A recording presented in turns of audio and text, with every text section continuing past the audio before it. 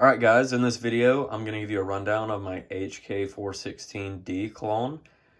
This has been my holy grail for years and years, and it's finally in its final configuration, for the most part in its final configuration.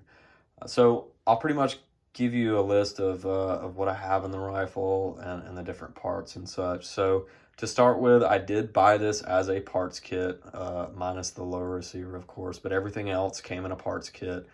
The upper receiver is a BE date code, so 2014.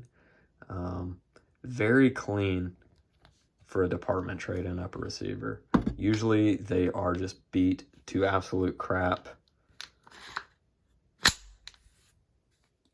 but I got a pretty good deal on this upper. One thing to mention on these parts kits, for those of you who don't know, that departments or agencies will sell a company a certain amount of machine guns, and rather than that company selling the machine guns back to a different department or agency for the normal cost of a machine gun, they can demill the low receiver, the actual machine gun part of the rifle, and then sell the parts kits to normal people. And typically they can sell those parts kits for 3 to 4 times as much as what the actual machine gun costs, which is absolutely crazy. But that goes to show you the demand, and the is nuts. So here I have the remnants of the actual machine gun it once was. You can see it was a department trade-in. They have their little UID label or whatever you want to call it on there, which is kind of cool. But that came with the parts kit, so pretty neat. As well as your HK stainless steel maritime mag. Depending on where you buy your parts kit from, there's a number of places that do sell parts kits, and you can do your own research to find those certain places. But depending on where you buy your parts kit from, they'll come with different stuff. My particular parts kit came with the buffer assembly, the complete upper receiver. It did not come with a Remington rail. It came with a 9-inch HK quad rail. And then, of course, the magazine, and it also had an E1 stock, an HK E1 stock. I swapped that out for the B5 SOP mod. I just found it's a little bit more comfortable than the E1, as well as I have the additional sling attachments there. But just about everything I need, other than a few small parts and the low receiver itself. So that leads me into the lower receiver. I bought this particular lower before the craze of the Brownells BRN4 started. So, like I mentioned, this is a Brownells BRN4,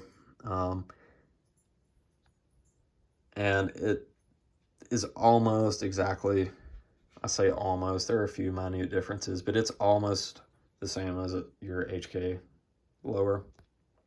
You'll kind of notice the color is off a little bit, versus you have a little bit more of a dark, shiny gloss to your HK versus the Brownells, and the pictogram isn't exactly the same, but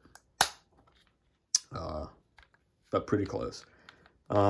So this lower receiver I bought before Brownells discontinued these lowers. They are still out there. You can find them secondhand. They are driving a premium at the moment, but now is the time to get one if you decide you want one. Another way to get that profile lower is to find an 80%. There are people out there who do 80% HK style lowers. They'll probably run about the same price as what the Brownells are running at the moment. So just do your research, look online, and do your due diligence, and just see what you can find, which is pretty much what this whole gun consists of, is research, time spent on forums, reading, gaining knowledge, and just shopping. Moving on to the rail, it is a Remington Defense rag rail. This rail, I came across a really good deal and scooped it up for a fraction of what they're going for now, since they are discontinued. So keeping your eyes open and really paying attention will help, and you can find deals out there. Just like I said, do your homework and really learn about these certain items, because buying secondhand, especially some of these HK parts, there are so many scammers out there that, you know, that want to scam you out of your money.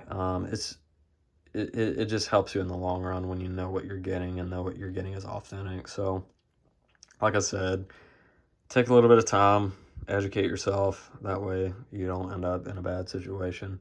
But moving to the front of the rifle, you'll notice that it is a vented gas block, or it does have a vented gas block. And the particular department that had it before me removed the sling loops, which was pretty cool. They're pretty clean, actually. But the sling loops, if you're gonna add like a Geissele or a Remington rail, you will need those sling loops removed.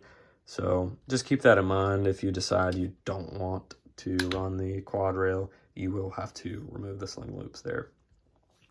On the end, I have a Surefire SOCOM RC2.